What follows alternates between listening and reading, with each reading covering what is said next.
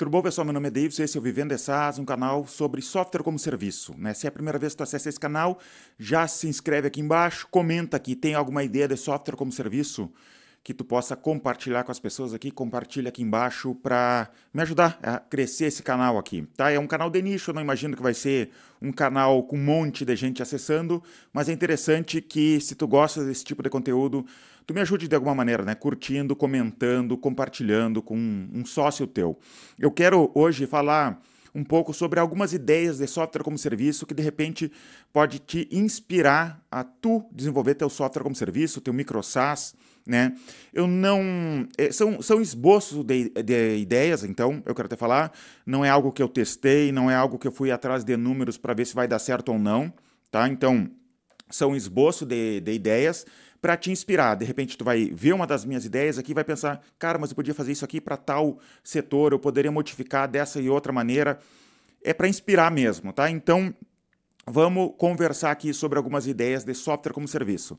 Primeiro aqui, alguma das ideias aqui eu roubei descaradamente do Twitter, né? Eu estava olhando no Twitter ali, eu sigo alguns indie hackers e eu vou acabar falhando aqui de dar um nome das pessoas de quem eu peguei essas ideias aqui, mas saibam que nem todas as ideias aqui são minhas.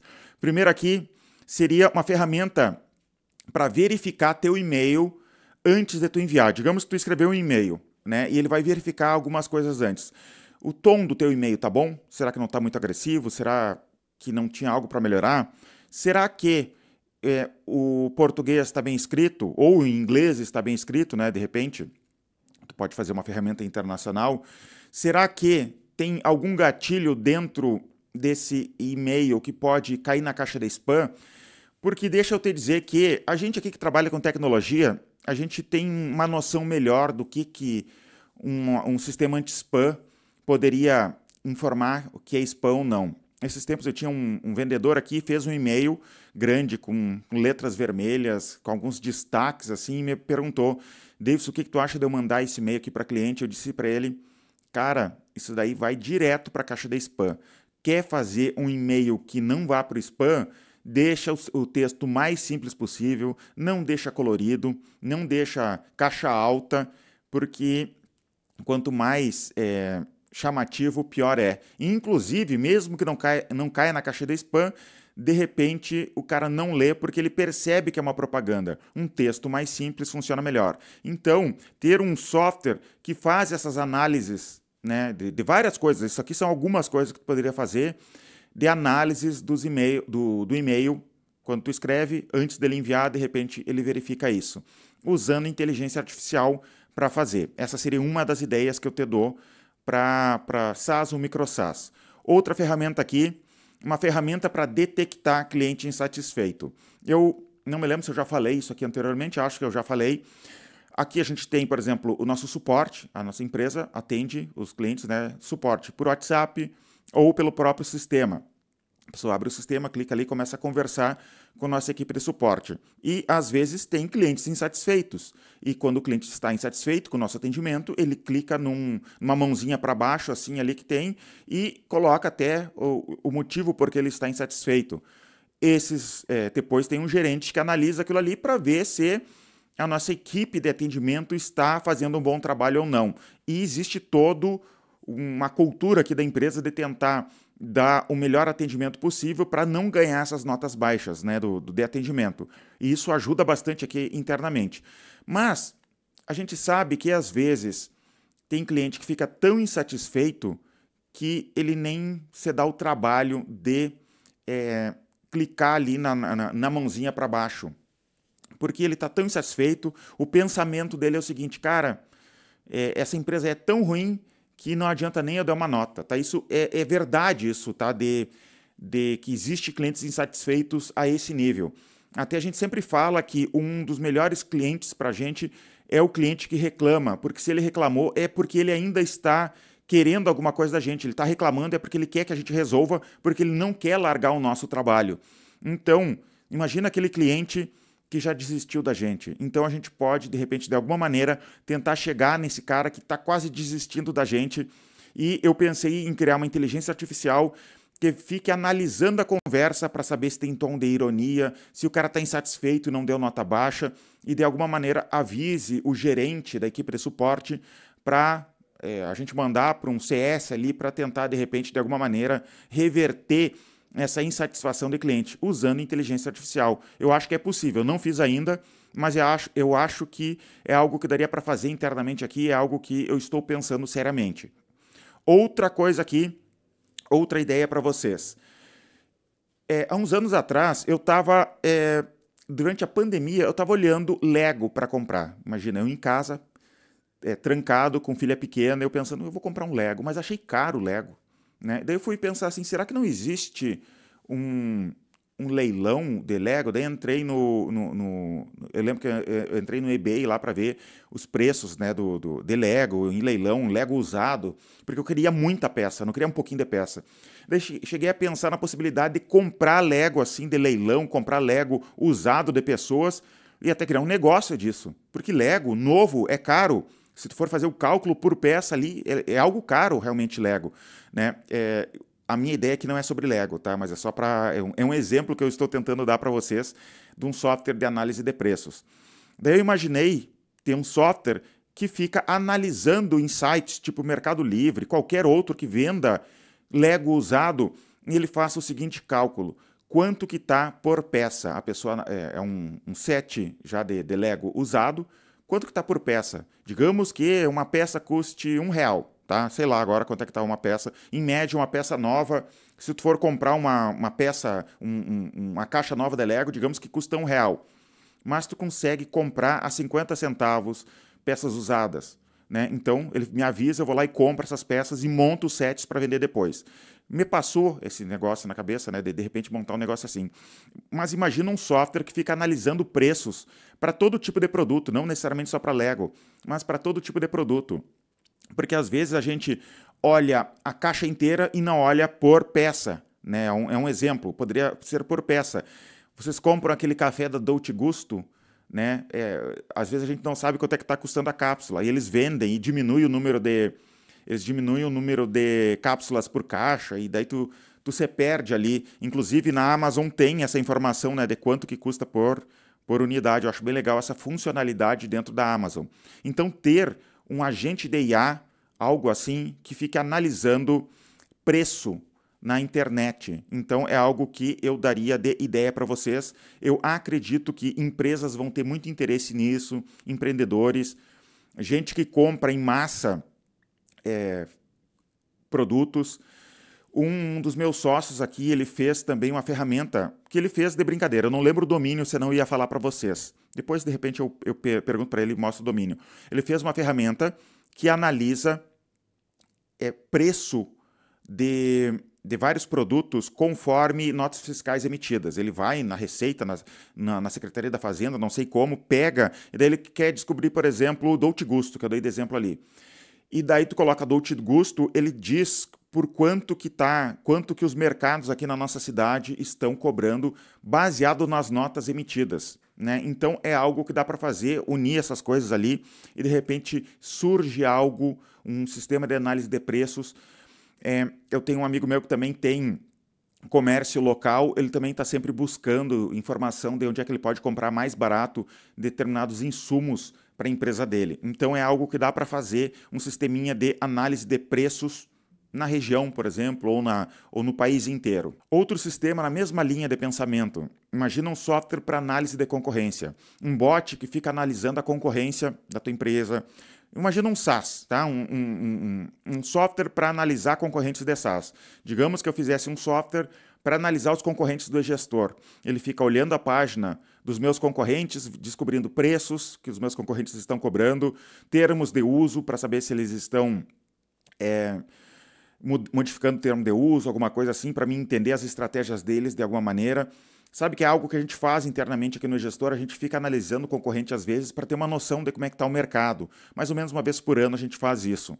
Então imagina um bot cuidando sempre, analisando os concorrentes, mas não necessariamente só para o meu setor, isso dá para ser para vários setores. Né? Eu imagino que tenha outros tipos de empresas que querem ficar analisando concorrência, inclusive para quem trabalha com commodity. Para quem trabalha com software, que é algo mais intangível ali, de repente é diferente. Mas imagina alguém que trabalha com açúcar, com café, com commodity, né? Que seria algo que não... que se eu vender um café para ti é a mesma coisa se tu comprar da minha empresa ou de outra, né? Basicamente a mesma coisa, um açúcar. Então, um sistema de análise de concorrência é algo, um agente de IA para fazer uma análise de concorrência seria algo interessante.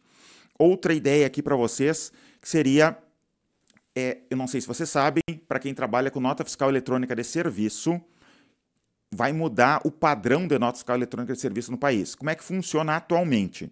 Cada prefeitura tem basicamente um modelo de nota fiscal eletrônica de serviço. Então, sei lá, deve ter umas 20, 30 empresas no país que fizeram um software de nota fiscal eletrônica, elas vendem para prefeituras e as prefeituras adotam aquele software deles e, por exemplo, aqui na nossa cidade tem uma empresa que fez, daí ele tem várias prefeituras que têm o mesmo.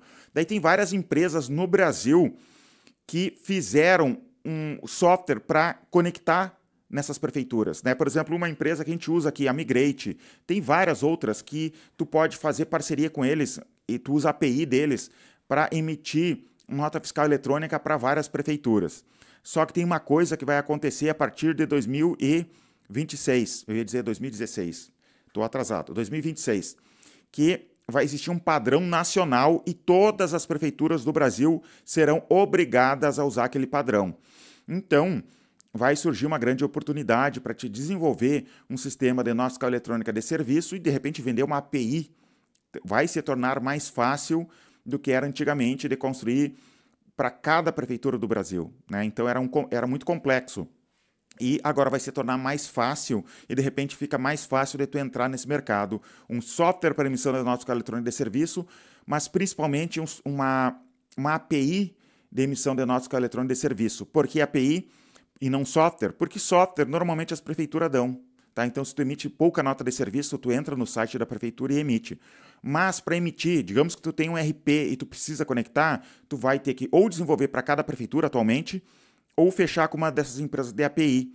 E como vai surgir um padrão nacional, tu vai conseguir concorrer com essas empresas que desenvolveram a API para tudo que é tipo de prefeitura, e tu vai conseguir concorrer com elas porque agora vai existir só um padrão, tá? Então, nota fiscal eletrônica de serviço é uma ideia que eu te dou.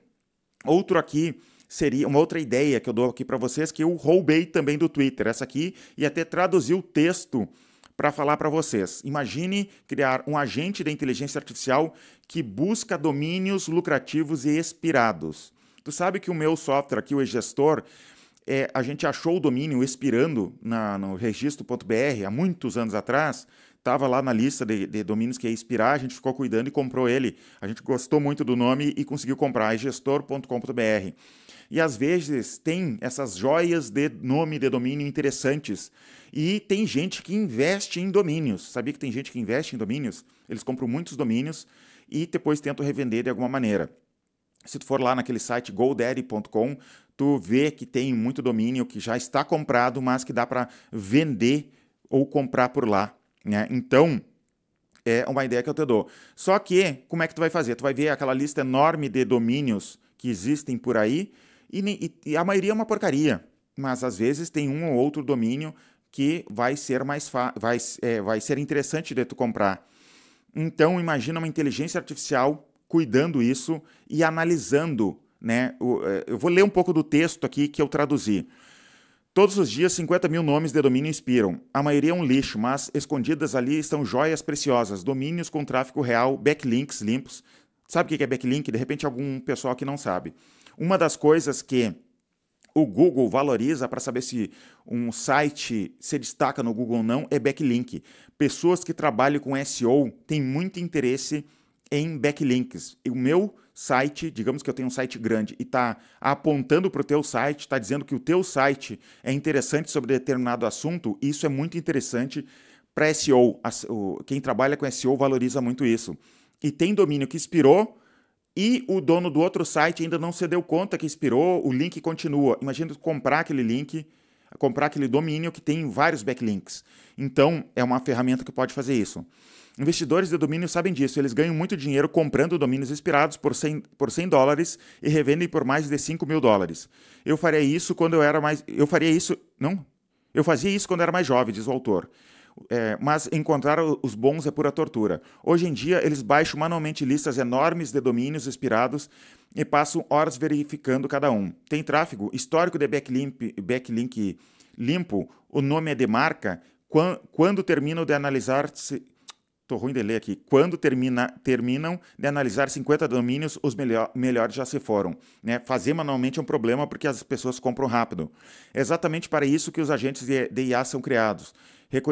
Reconhecimento de padrões e na velocidade de uma máquina. É isso, tá? É uma ideia. De repente, tu mesmo começa a comprar domínios e revender, e dá para ganhar dinheiro com isso. Claro, vai estudar, não compra por comprar. Vai estudar, de repente tu acha conteúdo na internet sobre isso.